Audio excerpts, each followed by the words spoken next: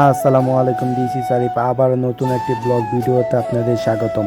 আর আজকের ব্লগটি হচ্ছে নোয়াগাঁও গৌরবদ্বী যৌথ ফ্যান ক্লাব এর পক্ষ থেকে season 2 piece cup football tournament 2025 এর আয়োজন করা হয়েছে। নোয়াগাঁও এবং গৌরবদ্বী যৌথ ফ্যান ক্লাবের মূল লক্ষ্য হচ্ছে মাদককে না বলুন, সুন্দর সমাজ গড়ে তুলুন। এই পরিপ্রেক্ষিতেই তারা দ্বিতীয় সিজন চালু করেছে।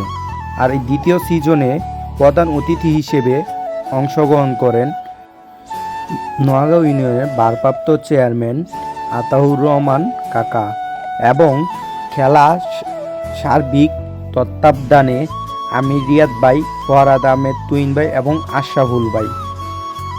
পরিচালনায় রয়েছেন হোসেন, নুরুজ্জামান, সাজিদ, মারুফ, হৃদয়, রবিন, ইলিয়াস, ফয়সাল, কিবরিয়া এবং এলাকার যুব সমাজ। আসুন আমরা তাদের পাশে দাঁড়াই। প্রত্যেক ইউনিয়নে আমরা টুর্নামেন্ট এর আয়োজন করি এবং মাদকমুক্ত সমাজ গড়ে তুলি।